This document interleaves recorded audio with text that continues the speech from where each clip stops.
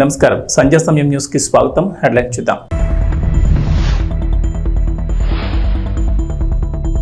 పేదల ఇంటి నిర్మాణం కోసం ఉచితంగా ఇసుక ఇవ్వాలని ఏపీ సర్కార్ నిర్ణయం. విధి విధానాలు రూపొందించాలని అధికారులకు సీఎం ఆదేశం.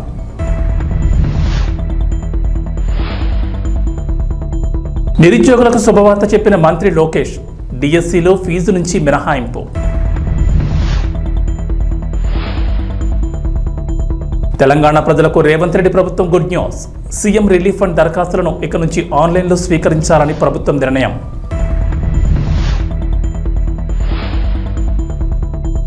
తెలంగాణకు రెయిన్ అలర్ట్. పలు జిల్లాల్లో భారీ వర్షాలు. రోడ్లు, భవనాలు, పౌర సరఫరాలు, గనులు, భూగర్భ శాఖలపై ముఖ్యమంత్రి చంద్రబాబు నాయుడు మంగళవారం సమీక్ష నిర్వహించారు. ఈ సందర్భంగా రాష్ట్రంలో నిత్యావసరాల ధరలు, రహదారుల పరిస్థితి, ఇసుక విధానం తదితర అంశాలపై అధికారులతో చర్చించారు. గనుల శాఖ ఉన్నతాధికారులతో జరిపిన సమీక్షలో ప్రస్తుతం రాష్ట్రంలో ఇసుక పాలసీపై ఆరా తీశారు. ఈ క్రమంలో పేదల ఇంటి నిర్మాణం కోసం ఉచితంగా ఇసుక ఇవ్వాలని, ఇందుకు అవసరమైన విధి విధానాలు రూపొందించాలని అధికారులకు సీఎం దిశానిర్దేశం చేసినట్లు సమాచారం. గతంలో టీడీపీ హయాంలో ఇసుక విధానం వల్ల పేదలకు ఎలాంటి మేలు జరిగింది, వైఎస్ జగన్ పాలనలో తీసుకొచ్చిన ఇసుక అమ్మకాల విధానం ఎలా ఉంది, ఎవరికి ప్రయోజనం లభించింది, ప్రభుత్వానికి ఏ మేరకు నష్టం జరిగింది, పేదలు, గృహ నిర్మాణ రంగానికి జరిగిన మొత్తం నష్టంపై అంచనా వేయాలని చంద్రబాబు ఆదేశించారు. వైఎస్ఆర్ కాంగ్రెస్ పాలనలో ఇసుక విధానం వల్ల పేదలు తీవ్రంగా నష్టపోయారని, గృహ నిర్మాణ రంగం కుదేలైందని ఈ సందర్భంగా సీఎం ఆందోళన వ్యక్తం చేశారు. ఉపాధ్యాయ పోస్టుల భర్తీకి సంబంధించిన డిఎస్సీ నోటిఫికేషన్ విడుదల కావడంతో గత ప్రభుత్వం హయాంలో విడుదలైన నోటిఫికేషన్ రద్దు చేసింది. ఈ నేపథ్యంలో అప్పట్లో దరఖాస్తు చేసిన వారికి ఈ మెగా డిఎస్సీలో ఫీజు నుంచి మినహాయింపు ఇవ్వాలని ప్రభుత్వం నిర్ణయించింది. ఈ మేరకు సెక్రటరియట్లో టెట్ డిఎస్సీపై అధికారులతో నిర్వహించిన సమీక్షలో విద్యాశాఖ మంత్రి నారా లోకేష్ సూచించారు. ఎలాంటి విమర్శలకు తావు లేకుండా డిఎస్సీని పకడ్బందీగా నిర్వహించి నియామక ప్రక్రియను పూర్తి చేయాలని అధికారులను ఆయన ఆదేశించారు. టెట్, డిఎస్సీ పరీక్షల మధ్య ఎక్కువ సమయం ఉండాలని అభ్యర్థుల నుంచి విజ్ఞప్తులు వస్తున్నాయి. డిఎస్సీ పరీక్షల నిర్వహణ అంశంపై అభ్యర్థులు, విద్యార్థి, యువజన సంఘాల నుంచి అభిప్రాయాలు తీసుకోవాలి. పాఠశాలల్లో రేషనలైజేషన్ తీసుకొచ్చిన జీవో 117 వల్ల కలిగిన నష్టంపై సమగ్ర నివేదిక అందజేయాలి. గిరిజన సంక్షేమ రెసిడెన్షియల్ స్కూళ్లలో అవుట్సోర్సింగ్ బోధనా సిబ్బంది డిమాండ్లపై అధ్యయనం చేసి సమగ్ర నివేదిక ఇవ్వాలి. వారికి నష్టం జరగకుండా తీసుకోవాల్సిన చర్యల గురించి సమాలోచన చేయాలని మంత్రి ఆదేశించారు. ఏపీ సీఎంగా జూన్ 12న పగ్గాలు చేపట్టిన చంద్రబాబు నాయుడు ప్రక్షాళన మొదలుపెట్టారు. ఇప్పటికే పలువురు ఐఏఎస్లను బదిలీ చేసిన సర్కార్ తాజాగా కీలకమైన ఇంటెలిజెన్స్ విభాగానికి కొత్త అధిపతిని నియమించింది. సిఆర్పీఎఫ్ డీజీగా ఉన్న మహేష్ చంద్ర లడ్డాను ఇంటెలిజెన్స్ చీఫ్గా నియమిస్తూ ఏపీ ప్రభుత్వం ఉత్తర్వులు జారీ చేసింది. ఇంటెలిజెన్స్ చీఫ్ కుమార్ విశ్వజిత్ను బదిలీ చేసిన ఏపీ ప్రభుత్వం ఆయన స్థానంలో లడ్డాను నియమించింది. 1998 బ్యాచ్ ఏపీ క్యాడర్కు చెందిన ఐపీఎస్ అధికారి అయిన లడ్డా ముక్కుసూటిగా వ్యవహరిస్తారని పేరుంది. ఆయన చాలా కాలం పాటు ఏపీలో పనిచేశారు. విశాఖపట్నం ఎయిర్పోర్ట్లో నాటి ప్రతిపక్ష నేత వైఎస్ జగన్పై కోడికత్తి దాడి జరిగిన సమయంలో లడ్డా విశాఖ పోలీస్ కమిషనర్గా వ్యవహరించారు. అనంతరం ఆయన కేంద్ర సర్వీస్కు డిప్యూటేషన్పై వెళ్లారు. రాష్ట్రంలో తిరిగి టీడీపీ అధికారంలోకి రావడంతో లడ్డాను తిరిగి ఏపీకి రప్పించడానికి చంద్రబాబు ప్రయత్నాలు మొదలుపెట్టారు. సిఆర్పీఎఫ్ ఐజీగా ఉన్న లడ్డాను ఏపీకి పంపించాలని కోరుతూ చంద్రబాబు ఇటీవల కేంద్రానికి లేఖ రాశారు. బాబు లేఖకు స్పందించిన కేంద్రం లడ్డాను వెంటనే రాష్ట్రానికి బదిలీ చేసింది. దీంతో ఇంటెలిజెన్స్ విభాగంలో అడిషనల్ డైరెక్టర్ జనరల్గా లడ్డాను నియమిస్తూ సిఎస్ నీరబ్ కుమార్ ఉత్తర్వులు జారీ చేశారు. తెలంగాణ ప్రజలకు రేవంత్ రెడ్డి ప్రభుత్వం గుడ్ న్యూస్ వినిపించింది. ముఖ్యమంత్రి సహాయ నిధి దరఖాస్తులను ఇక నుంచి ఆన్లైన్లో స్వీకరించాలని ప్రభుత్వం నిర్ణయించింది. సీఎంఆర్ఎఫ్ నిధులు పక్కదారి పట్టకుండా పారదర్శకత్వం నిర్వహించాలని ముఖ్యమంత్రి రేవంత్ రెడ్డి జారీ చేసిన ఆదేశాల మేరకు అధికారులు ఈ నిర్ణయం తీసుకున్నారు. ఇందుకోసం సెంటర్ ఫర్ గుడ్ గవర్నెన్స్ ఆధ్వర్యంలో ప్రత్యేకంగా cmrf.telangana.gov.in అనే వెబ్సైట్ను రూపొందించారు. మంగళవారం సాయంత్రం సచివాలయంలో సీఎం రేవంత్ రెడ్డి ఈ వెబ్సైట్ను లాంఛనంగా ప్రారంభించారు. గత ప్రభుత్వ హయాంలో సీఎంఆర్ఎఫ్ నిధులు పక్కదారి పట్టాయని, ఎన్నికల ముందు వేలాది చెక్కులు మిస్ అయ్యాయనే ఆరోపణలు వచ్చిన నేపథ్యంలో ఎలాంటి అవకతవకలకు తావు లేకుండా ఇక నుంచి ఆన్లైన్ ద్వారా దరఖాస్తు చేసే విధానాన్ని రూపొందించారు. ఇక నుంచి ముఖ్యమంత్రి సహాయ నిధి కోసం దరఖాస్తులను సీఎంఆర్ఎఫ్ వెబ్సైట్లో అప్లోడ్ చేయాల్సి ఉంటుంది. సీఎంఆర్ఎఫ్ కోసం ఎమ్మెల్యే, ఎమ్మెల్సీలు ఇచ్చే సిఫార్సు లెక్కను జత చేసి ఇతర వివరాలని కలిపి అప్లోడ్ చేయాల్సి ఉంటుంది. అప్లికేషన్లో దరఖాస్తుదారుల బ్యాంక్ అకౌంట్ నెంబర్ను తప్పనిసరిగా ఇవ్వాల్సి ఉంటుంది. వివరాలను వెబ్సైట్లోకి అప్లోడ్ చేసిన తర్వాత సీఎంఆర్ఎఫ్కు సంబంధించిన ఒక కోడ్ ఇస్తారు. ఆ కోడ్ ఆధారంగా మన అప్లికేషన్ను ట్రాక్ చేయొచ్చు. ఆన్లైన్లో వివరాలు సమర్పించిన తర్వాత ఒరిజినల్ మెడికల్ బిల్లులను సచివాలయంలో అందజేయాల్సి ఉంటుంది. దక్షిణ అయోధ్యగా పేరుగాంచిన భద్రాద్రి శ్రీ సీతారామచంద్ర స్వామి వారి భక్తులకు అలర్ట్. భద్రాద్రి రామయ్య ఆలయంలో బ్రేక్ దర్శనాలు ప్రారంభమయ్యాయి. మంగళవారం ఆలయ ఈవో రమాదేవి బ్రేక్ దర్శనాలు ప్రారంభించారు. ఇక నుంచి ప్రతిరోజు ఉదయం 9 నుంచి 9:30 వరకు, మళ్లీ తిరిగి రాత్రి 7 గంటల నుంచి 7:30 గంటల వరకు భక్తులకు బ్రేక్ దర్శనం చేసుకునేందుకు ఆలయ అధికారులు వీలు కల్పించారు.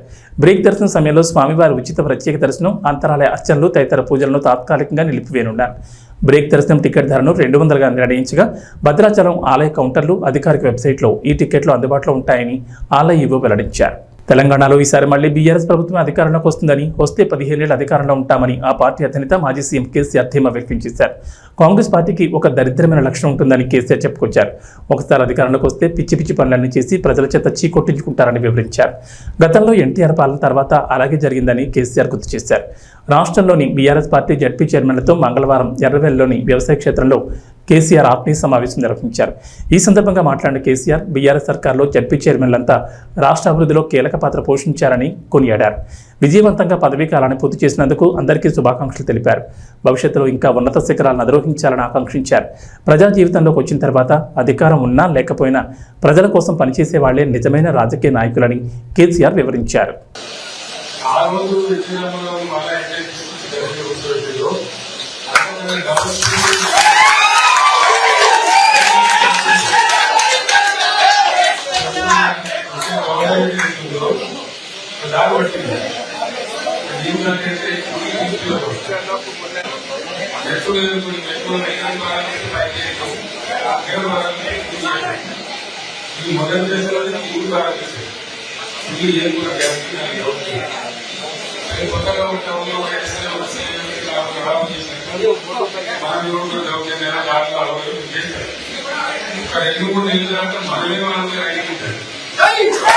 కర్నూలు జిల్లా కొసిగిలో టీడీపీ సీనియర్ నాయకులు ముత్తిరెడ్డి, పల్లెపాడు రామిరెడ్డి ఆధ్వర్యంలో విలేకరుల సమావేశం ఏర్పాటు చేశారు. ఈ సందర్భంగా మాట్లాడుతూ తిక్కారెడ్డి వర్గీయులపై అధిష్టానానికి ఫిర్యాదు చేస్తామని అన్నారు. ఈ ఎలక్షన్లో తిక్కారెడ్డి వర్గీయులు మంత్రాలయం టీడీపీ ఎమ్మెల్యే అభ్యర్థి ఎన్ రాఘవేంద్రారెడ్డి వెనుక ప్రచారంలో తిరగలేదని వారు అన్నారు. ఎలక్షన్ రోజు వైసీపీకి ఓటు వేయమని ఇదే తిక్కారెడ్డి వర్గీయులు ఓటర్లకు చెప్పడం జరిగిందని వారు ఆరోపించారు. తిక్కారెడ్డి జిల్లా టీడీపీ అధ్యక్షుడిగా ఉన్నారు. రాఘవేంద్రారెడ్డి మంత్రాలయం టీడీపీ ఇన్ఛార్జిగా ఉన్నారు. ఇన్ఛార్జ్ రాఘవేంద్రరెడ్డిని కాదని తిక్కారెడ్డి వర్గీయులు ఇష్టారాజ్యంగా వ్యవహరిస్తున్నారని వారు అన్నారు. తిక్కారెడ్డి వర్గీయులు నిన్నటి రోజున అన్ని వర్గాల ప్రజలను కలుపుకొని పోవడం లేదని మాట్లాడడం విడ్డూరంగా ఉందన్నారు. ఏదైనా ఉంటే కూర్చుని మాట్లాడాలి తప్ప ఇష్టారాజ్యంగా పార్టీ కార్యకలాపాలు చేయడం మంచి పద్ధతి కాదని వారన్నారు. ఈ కార్యక్రమంలో టీడీపీ నాయకులు పాల్గొన్నారు. పార్టీ సమావేశానికి అందరికీ నమస్కారము. తెలుగుదేశం పార్టీ అనేది నిన్న కోచి గ్రామంలో జరిగిన సంఘటన గురించి కానీ ఇది పంచేది ఇవన్నీ చేసేది ఒక్కో పనికి లేని టీంని రెడీ చేసి పెట్టినాడు తిక్కారెడ్డి గారి. ఇక్కడ ఆ తిక్కారెడ్డి టీం మేరకు పార్టీని శిరస వంచి కూడా తెలుగుదేశం పార్టీకే ఓటేసాం. కానీ మీలాగా 2024 సార్లు చెప్పినాం, నిదానంగా ఉండండి, కొట్లాడలొద్దు, పార్టీ గెలిపించుకోవాలని కష్టపడ్డాం. కానీ మీరు ఆయుధం చేయలేదు. మీరే చేసింటే నిన్న కోచి గ్రామంలో జరిగిన సంఘటన గురించి మన భరద్వాజ శెట్టి భరత్ గారు ఎస్సీ కాలంలో చంద్రబాబు నాయుడు ఫోటో పగలగొట్టడానికి వేసి సొట్టాయి పగలగొట్టనేది బయట ప్రెస్ మీటింగ్ ఇచ్చినారు. అది నేను ఎందుకు పగలగొడతాను? తెలుగుదేశం పార్టీలో పుట్టి పెరిగేసి ఎన్ రామారావు తన్నెల్లి, మోపన్ రెడ్డి తన్నెల్లి, చంద్రబాబు నాయుడు బాలనాగరెడ్డి తన్నెల్లి. బొమ్మారెడ్డిగూడెం పోసాన్పల్లి వద్ద నిర్మించిన గణపతి లిక్విడ్ పరిశ్రమ నుంచి వచ్చే కాలుష్యం వల్ల వేసిన పంటలు ఎండిపోవడమే కాకుండా తమ మూగజీవాలు సైతం ఆ నీళ్లను తాగితే అనారోగ్యాలకు గురవుతున్నాయని తీవ్రంగా మండిపడుతున్నారు. అంతేకాకుండా బీఆర్ఎస్ ప్రభుత్వ హయాంలో ఎలాంటి అనుమతులు లేకుండా గణపతి షుగర్ ఫ్యాక్టరీ యాజమాన్యం ఇక్కడ నూతన ప్లాంట్ని ఏర్పాటు చేసి ఆ ప్లాంట్లో లిక్విడ్ తయారు చేసి ఇతర దేశాలకు తరలిస్తున్నారు. కానీ ఆ పరిశ్రమ నుంచి వచ్చే వ్యర్థ పదార్థాలు కాలుష్యం తమ పంట పొలాల్లోకి రావడంతో తాము తీవ్రంగా నష్టపోతున్నామని, ఆ కాలుష్యం నీటిని తమ మూగజీవులు తాగితే అనారోగ్యం పాలు కావడమే కాకుండా మృత్యువాత పడుతున్నాయని రైతులు తీవ్ర ఆవేదన వ్యక్తం చేస్తున్నారు. ప్రభుత్వం స్పందించి తమకు న్యాయం చేయాలని రైతులు వేడుకుంటున్నారు.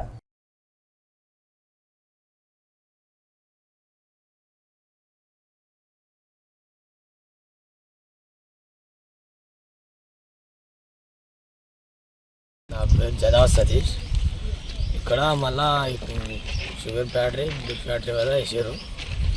ఇక్కడ మా బొమ్మలు కూడా తాడా మా పశువులు గిట్టం వేస్తాయి. ఇక్కడ కెమికల్ నీళ్ళు, వాటర్ నీళ్ళు పిడుస్తుండు. దానివల్ల ఇక్కడ పశువులు గిట్ట చచ్చిపోతున్నాయి ఈ నీళ్ళ వల్ల. దీనివల్ల దాదాపు పంట 100 ఎకరాల దాకా ఖరాబ్ అవుతుండవచ్చు. అందులో మాది ఒకటి 8 ఎకరాలు అట్లా ఉంటుండవచ్చు. అందులో అవి ఆయన చెప్పినా గిన పట్టించుకుంటారు. కాకపోతే ఈ నీళ్ళు బయట వదిలేకపోతే లోపల వాళ్ళ కంపెనీల లోపల ఆడవారికి కూడా లోపల తవ్వుకొని స్టోరేజ్ చేసుకుంటే అదే బాగుంటుండే. చెప్పకుండా ఏదో చెప్పినా కానీ రాత్రి వదిలేస్తుండ్రు. ఇక్కడ చుట్టుముట్టు దగ్గర బద్రిగూడెం, ఉప్పగూడెం, శ్రీరామగూడెం, బొమ్మగూడెం, మళ్ళీ పోసంపల్లి ఇవన్నీ ఊర్లు ఇట్లా ప్రాబ్లం వస్తుంది. మళ్ళీ ఇక్కడ బర్రా సైడ్ గిట్ట వేసి ఉంది. అక్కడ గిట్ట 2-3 దుడ్డలు చచ్చిపోయినాయి ఈ కెమికల్ దీని వాసన వల్ల. రోజు ఈ వాసన వల్ల మనిషి గిట్ట వీక్నెస్ అయిపోతుంది సార్. ఎట్లయితున్నాయి పంట పొలాలు, ఈ పంట బోర్లు? పొలాలు దునిపించినాయి గిట్ట అవి నిండినాయి, ఇది వాటరు మళ్ళీ బోర్లలో గిట్ట అది ఉప్పులు కలిసినట్టు ఉన్నది. అది దాదామన్నా అది స్మైల్ వస్తుంది. నా పేరు ప్రవీణ్ కుమార్. నేను ఇక్కడ ఉన్న దగ్గర చుట్టుపక్కల ఉన్న రైతు, నేను ఇక్కడ రైతుని, మా పొలం ఉంది ఇక్కడనే. దీనివల్ల ఫ్యాక్టరీ ఇది గణపతి షుగర్ ఫ్యాక్టరీ. ఇది మా దీనివల్ల అది పొల్యూషన్ విడుస్తుంది. పొల్యూషన్ సార్, దీనివల్ల పొల్యూషన్ పడుకోవడానికి కూడా వస్తలేదు మాకు, కనీసం నీళ్ళు తాగడానికి కూడా, ఉన్న బోర్లలో నీళ్ళు తాగడానికి కూడా ఉప్పు వస్తున్నాయి నీళ్ళు. పశువులకు కూడా అట్లనే వస్తుంది. తాదామంటే కూడా చాక్లేప్ అవుతుంది మాకు. అసలు దీనివల్ల అసలు మేము ఇంటి దగ్గర కూడా పడుకుంటాం. మాది బొమ్మారెడ్డి కూడా. దీనివల్ల ఇక్కడ బోర్ దగ్గర ఉన్నాం. దీనివల్ల మాకు పంట దిగుబడి కూడా వస్తుంది ఫ్యాక్టరీ తోటి. దీని చుట్టుపక్కల దగ్గర 500 ఎకరాలు ఉంటుంది ఫ్యాక్టరీ చుట్టుపక్కల. దీని నాది ఇక్కడ లెఫ్ట్ సైడ్ అంటే 200 ఎకరాలు ఉంటుంది ఇక్కడ.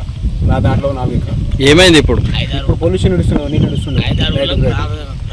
దీనివల్ల 5-6 ఊళ్ళు, బొమ్మారెడ్డిగూడెం, పోసన్పల్లి, ఉప్పరిగూడెం, శ్రీరామరెడ్డిగూడెం, బద్రిగూడెం చుట్టూ.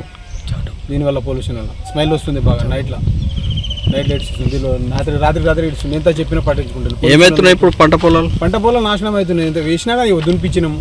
ఇవి మొత్తం చూడు నీళ్ళు. నైట్ ఎంత చెప్పినా పట్టించుకోలేడు ఇప్పటివరకు. ఎవరికి చెప్పారు? అధికారులకు చెప్పినాము, పొల్యూషన్ వాళ్ళకి చెప్పినాము, ఎంఆర్ఓకి చెప్పినాము, ఈ కంపెనీ దగ్గర వచ్చి జిఎం వాళ్ళకి చెప్పినాము. ఏమన్నారు? చూద్దాం అని అన్నారు. ఇంకెప్పుడు చూస్తారు? రైతే రాదని వేయడం ఉంది రాజు. రైతు కింద చెప్పుల కింద ఒకేస్తారు కానీ రైతు వేయడం లేడు. ఏం తయారవుతుంది ఇందులో? స్పిరిట్ తయారవుతుంది. ఎన్ని సంవత్సరాల నుంచి ఉంది ఈ దగ్గర 5 సంవత్సరాల నుంచి దగ్గర నడుచుడు, 2 సంవత్సరాల నుంచి నడుస్తుంది. అప్పుడు అడగలేరా మళ్ళీ కంపెనీ పెట్టినప్పుడు? అదే అప్పటి నుంచి అదే రూటీన్ అవుతుంది. ఇంత అడిగినా కానీ పెట్టకమన్నాము. మాకు ఎలాగో లైసెన్స్ వచ్చింది కదా అని పెట్టేసింది ఆయన అంతలో. అతను ఎట్లుంటున్నాయి ఆరోగ్యాలు ఎందుకు సార్? రోజుకు ఆల్రెడీ మాకు రోజుకు దీని స్మెల్కు మనిషి వీక్ అవుతాడా లేకపోతే ఎంగుంటాడా? వీక్ అవుతాడు కదా దీనివల్ల వచ్చే స్మెల్కు. దీని వచ్చే గాడుపుకు రోజు అసలు ఇదైతే లేదు. ఇప్పుడు ఏంది మళ్ళీ మీ ప్రధాన డిమాండ్ అంటే పంటలు వండుతలేవు మాకు. మేము ఇలా బతకాలి? దీని స్మెల్ చూస్తే చనిపోవాలా? లేకుంటే మేము మొత్తం గుంతలు తవ్వుకుని ఎక్కడైనా పంపిమను. దీనివల్ల పొలాల్లోకి వదలవద్దు. కర్నూలు జిల్లా వార్వకల్లు మండలంలోని వార్వకల్లు మండల పొదుపు లక్ష్మి ఐక్య సంఘం సుస్థిర అభివృద్ధికి చిరునామా అని జిల్లా కలెక్టర్ పి రంజిత్ పాషా పేర్కొన్నారు. ఓర్వకల్లు మండలంలోని బాలభారతి పాఠశాల మైదానంలో ఓర్వకల్లు మండల పొదుపు లక్ష్మి ఐక్య సంఘం రజతోత్సవ మహాసభ కార్యక్రమం నిర్వహించారు. ఈ సందర్భంగా కలెక్టర్ మాట్లాడుతూ, ఇంట్లో ఎవరైనా మగవాడు చదువుకుంటే ఆ కుటుంబం పైకొస్తుంది. అదే ఒక మహిళ చదువుకుంటే ఆ ఇల్లే కాదు, సమాజంలో ఉన్న వాళ్ళందరూ పైకొస్తారనే విషయాన్ని ఇక్కడున్న పొదుపు లక్ష్మి ఐక్య సంఘం మహిళలు చేసి చూపించారని జిల్లా కలెక్టర్ పి రంజిత్ పాషా పేర్కొన్నారు. 1995 సంవత్సరంలో డిగ్రీ పూర్తి చేసి పోటీ పరీక్షలకు సిద్ధమవుతున్న సమయంలో స్వయం సహాయక సంఘాల గురించి ఒక ముఖ్యమైన ప్రశ్న ఉండేదని, దాని జవాబు ఓర్వకల్లు మండలంగా మేము గుర్తుపెట్టుకునే వాళ్ళమని కలెక్టర్ తెలిపారు. దాదాపు 30 సంవత్సరాల పాటు కేవలం ఒక మండలానికో, ఒక జిల్లాకో, ఒక రాష్ట్రానికో, ఇండియా దేశానికే కాకుండా దేశాలకు కూడా ఒక మోడల్గా నిలిచినటువంటి మీ అందరికీ హ్యాట్స్ ఆఫ్ అన్నారు. ఆధారపడక జీవించేటువంటి పేదరికం నుంచి బయట తీసుకురావడం అన్నది అత్యంత కష్టమైన పని అని, అయినప్పటికీ మహిళలు ఇక్కడ మొదలుపెట్టిన ఉద్యమం ద్వారా ఇతరుల మీద ఆధారపడకుండా స్వంత కాళ్ళ మీద జీవించి పేదరికం నుంచి బయటకు రావచ్చు అనే విషయాన్ని మొత్తం ప్రపంచానికి ఇక్కడున్న మహిళలు తెలియజెప్పారన్నారు. మీరందరూ ఈరోజు విజయవంతమైన మహిళలు గ్రూపులుగా ఉన్నారు. ప్రతి గ్రూపులో ప్రతి మెంబర్ నెలకు దాదాపు 1000 రూపాయలు పొదుపు చేస్తూ ఉన్నారంటే ఆటోమేటిక్గా మీ అందరూ పేదరికం నుంచి బయటకు వచ్చినట్లే, మీ కుటుంబాలన్నీ స్వశక్తిగా నిలబడుతున్నట్లేని అన్నారు. 15 లేదంటే 20 రూపాయలకు పనిచేసి రోజుల నుంచి ఈరోజు ఈ స్థితికి చేరుకున్నారంటే ఇది మహిళల నిరంతర కృషి అన్నారు. మరోసారి ఉన్న మహిళలందరికీ కలెక్టర్ అభినందనలు తెలియజేశారు. ఈ కార్యక్రమంలో డిఆర్డీఏ పీడీ సలీం భాషా, ఓర్వకల్లు మండల పొదుపు లక్ష్మి ఐక్య సంఘం అధ్యక్షురాలు విజయభారతి, ఓర్వకల్లు మండల పొదుపు లక్ష్మి ఐక్య సంఘం సభ్యులు తదితరులు పాల్గొన్నారు. ఒక ఇంపార్టెంట్ క్వశ్చన్ ఉండేది ఎస్ఎస్సి బ్లాకర్స్ గురించి. అది ఓర్వకల్లు పేరు ఆన్సర్ మనం గుర్తుపెట్టుకునే వాళ్ళం. ఆఫ్టర్ 30 ఇయర్స్, దాదాపు 30 సంవత్సరాల పాటు కేవలం ఒక మండలంకో, ఒక జిల్లాకు, స్టేట్కు, ఒక కంట్రీకి, ఒక ఇండియాకి కాకుండా దేశాలకు కూడా ఒక మోడల్గా నిలిచినటువంటి అందరికీ కూడా నిజంగా ఒక హ్యాట్స్. చదువు పరంగా హెల్ప్ చేయొచ్చు, కానీ వాళ్ళని సొంత కాళ్ళ మీద వాళ్ళు నిలబడి వాళ్ళంతా వాళ్ళు ఇతరుల మీద ఆధారపడకుండా జీవించేటువంటి పేదరికం నుంచి బయటకు తీసుకోవడం అన్నది అత్యంత కష్టమైనటువంటి పని. దీన్ని మీరందరూ మహిళలు ఇక్కడ స్టార్ట్ అయిన ఉద్యమం ద్వారా మొత్తం ప్రపంచానికే మీరందరూ కూడా దీన్ని తెలియజెప్పారు. కాబట్టి మీరందరూ కూడా ఈరోజు successful women, successful groups. So మీకు అందరికీ మరొకసారి మీరందరూ పేదరికం నుంచి బయటకు వచ్చినట్టే, మీ కుటుంబాలన్నీ స్వశక్తిగా మీరు నిలబడుతున్నట్టే. ఇది మీతో ఆగిపోలేదు, మీరు మీ దగ్గరకు ఆగిపోలేదు. మీరు ఈరోజు నేను ఒక ప్రజెంటేషన్ ఇచ్చారు, పౌరకాలకు సంబంధించి ఈ పొదుపు ఐక్య సంఘం సంబంధించి ఒక ప్రజెంటేషన్ ఇస్తే రియల్లీ ఒక గవర్నమెంట్ ఏం చేయగలదో, లేదంటే ఒక గవర్నమెంట్ గురించి ప్రజలు ఏం ఆశిస్తారో అవన్నీ కూడా మీ ఐక్య సంఘం వాళ్ళు చేసి చూపించారు. ఒక అసెంబ్లీకి 10 lakhs డొనేట్ చేసినట్టుంది. కోవిడ్ సమయంలో 2009లో ఫ్లడ్స్ వచ్చినప్పుడు ఇలా మీరు మీ సొంత కాళ్ళ మీద మీరు నిలబడడం కాకుండా మీరు ప్రజాసేవకి ఒక గవర్నమెంట్ కానీ అదర్ చారిటీస్ NGOs కానీ ఎలాగైతే పనిచేస్తాయో అలా మీరు పనిచేయగలుగుతున్నారు. ఇతరులకి సహాయం చేసేటువంటి స్టేజ్ మీరు వచ్చారంటే డెఫినెట్గా ఈ 30 సంవత్సరాల్లో ఎస్పెషల్లీ ఇక్కడ ఉన్నటువంటి అందరు మహిళలు ఈ సక్సెస్ అందరికీ మీరందరికీ కూడా. సో ఒకసారి మరొకసారి మిమ్మల్ని అభినందిస్తూ, సో కలెక్ట్ అయిన తర్వాత ఫస్ట్ టైం నేను ఓరవ్ గారికి రావడం జరిగింది. ఈ నెలకు నేను కూడా గ్రామాన తిరిగాను, ప్రతి ఇల్లు టచ్ చేశాను. అమ్మ 1000 రూపాయలు పొదుపు చేసుకుంటా ఉన్నామని ప్రతి ఒక్కరు, కొంతమంది 500 పొదుపు చేసుకుంటా ఉన్నామని కూడా చెప్పడం జరిగింది. కాబట్టి 30 రూపాయలు పొదుపు చేసుకునే వాళ్ళు ఈరోజు 1000 రూపాయలు పొదుపు చేసుకునే స్థాయికి ఎదిగినందుకు కూడా మీకు అందరికీ హృదయపూర్వకంగా అభినందనలు తెలియజేస్తా ఉన్నా. అంతేకాకుండా మీ కుటుంబంలో మీరు మీ పిల్లలను బాగా చదివించుకొని, అలాగే మీ కుటుంబం ఆర్థికంగా ముందుకు తీసుకొని చాలా బాగా పైకి వచ్చారు. మీరు అంతర్జాతీయ స్థాయికి వెళ్ళడం అంటే ఓరకల్లు మండలం చాలా గర్వించదగ్గ విషయం. దీని వెనక విజయభారతి అమ్మగారి కృషి ఎంతో ఉంది. ఆ రోజు ఎవ్వరూ ముందుకు రాని టైంలో మిమ్మల్ని అందరినీ ప్రభాస్ ఇప్పుడు ఈ పేరు కల్కి 2898 AD సినిమాను థియేటర్లలో పరుగులు తీస్తోంది. విడుదలైన ప్రతి ప్రాంతంలో కొత్త రికార్డులు నమోదు చేస్తోంది. ఎక్కడ చూసినా అందరూ ఈ సినిమాని గురించే మాట్లాడుకుంటున్నారు. ప్రభాస్ వరుసగా పాన్ ఇండియా సినిమాలు చేస్తూ బాలీవుడ్ హీరోలను సైతం కొంతకాలంగా ఆలోచనలో పడేస్తూనే ఉన్నాడు, ఆశ్చర్యపరుస్తూనే ఉన్నాడు. టాలీవుడ్ నుంచి బాలీవుడ్కి ఇంత పోటీ ఇచ్చిన హీరో ఇంతవరకు లేడు అనడంలో అతిశయోక్తి లేదు. నిజానికి బాహుబలి 2 తర్వాత ప్రభాస్ బడ్జెట్ పరంగా ఆ స్థాయి సినిమాలు చేశాడు, కానీ ఆ స్థాయి విజయాలు మాత్రం అందుకోలేదు. రాధేశ్యామ్, సాహో, సలార్ సినిమాల్లో ఏదో ఒక వెలితి కనిపిస్తూనే వచ్చింది. ఇక ఆదిపురుష్ అయితే అనేక విమర్శలను తెచ్చిపెట్టింది. అయినా ఆ సినిమాల టాక్ కల్కి వసూళ్లపై ఎంత మాత్రం పడకపోవడం విశేషం. ప్రభాస్ సినిమాలను ఆడియన్స్ ఏ సినిమాకి ఆ సినిమాగానే చూస్తున్నారు. ఫ్లాప్ టాక్ వస్తే తమ హీరోను సరిగ్గా చూపించలేకపోయారని, ఆయనను సరిగ్గా ఉపయోగించుకోలేకపోయారని అంటున్నారే తప్ప ఆ ఫ్లాప్ టాక్ను ఆయన దరిదాపుల్లోకి రానియకపోవడం విశేషం. ఇంతవరకు ఏ హీరోకి ఇలాంటి ఒక అవకాశం దక్కలేదని చెప్పాలి. నిజానికి కల్కి సినిమాలో చెప్పుకోదగిన డైలాగ్స్ లేవు. మాస్ ఆడియన్స్ను హుషారెత్తించే రొమాన్స్ కానీ పాటలు కానీ లేవు. అయినా ప్రతి థియేటర్ దగ్గర జనం జాతర కనిపిస్తోంది. కొన్నాళ్లుగా తెలుగు రాష్ట్రాల్లోని థియేటర్లు నిద్రావస్థలో ఉన్నాయి. బాక్సాఫీస్ బద్ధకంగా ముడుచుకుంది. అలాంటి సమయంలో వచ్చిన కల్కి బాక్సాఫీస్ బద్ధకాన్ని వదిలించేస్తోంది. ప్రభాస్కి ఈ స్థాయి క్రేజ్ రావడానికి వెనుక హీరోయిజంతో కూడిన ఆయన కటౌట్ ప్రధాన కారణమని చెప్పాలి. ఇక రెండో స్థానంలో ఆయన వాయిస్ నిలుస్తుంది. కాస్త కరుగ్గా విలన్ కుండెల్లో గుబులు పుట్టించేలా ఆయన డైలాగ్ డెలివరీ ఉంటుంది. ప్రభాస్ పర్సనాలిటీ జానపదాలకు కరెక్ట్గా సెట్ అవుతుందని బాహుబలి నిరూపిస్తే పౌరాణికాలకు కూడా సరిగ్గా సరిపోతాడనే విషయాన్ని ఆదిపురుష్ స్పష్టం చేసింది. ఇక హీమ్యాన్ తరహా పాత్రలను మెప్పిస్తాడనే విషయాన్ని కల్కి చాటి చెప్పింది. తాను ఏదో పొడి చేశానని అన్నట్లుగా ప్రభాస్ ఎక్కడా ఎప్పుడూ ప్రవర్తించకపోవడం, డార్లింగ్ అంటూ ఆడియన్స్లో కలిసిపోవడం ఆయనకి మరింత ప్లస్ అయింది. ప్రభాస్ పర్సనాలిటీ, ఆయన నటన మాత్రమే కాదు, ఆయన వ్యక్తిత్వం కూడా ఈ స్థాయి క్రేజ్కి ప్రధాన కారణమనే చెప్పుకోవచ్చు. T20 ప్రపంచ కప్ 2024తో టీమిండియా హెడ్ కోచ్గా రాహుల్ ద్రవిడ్ ప్రయాణం ముగిసింది. వాస్తవానికి ద్రవిడ్ పదవీకాలం వన్డే ప్రపంచ కప్ 2023తోనే పూర్తయింది. వన్డే ప్రపంచ కప్ టైటిల్ గెలిచి సంతోషంగా వీడ్కోలు పలుకుదామని ద్రవిడ్ భావించాడు. కానీ అందుకు భిన్నంగా జరిగింది. ఈ టోర్నీలో అప్పటి వరకు వరుస విజయాలు సాధించిన టీమిండియా ఫైనల్లో ఆస్ట్రేలియా చేతిలో ఓడిపోయింది. దీంతో టీమిండియాతో పాటు భారత క్రికెట్ ఫ్యాన్స్ కూడా నిరాశలో కూరుకుపోయారు. ఆ ఓటమి పెంచిన కసితో T20 ప్రపంచ కప్ 2024లో మెరుగ్గా రాణించిన భారత్ 11 ఏళ్ల తర్వాత ICC ట్రోఫీని ముద్దాడింది.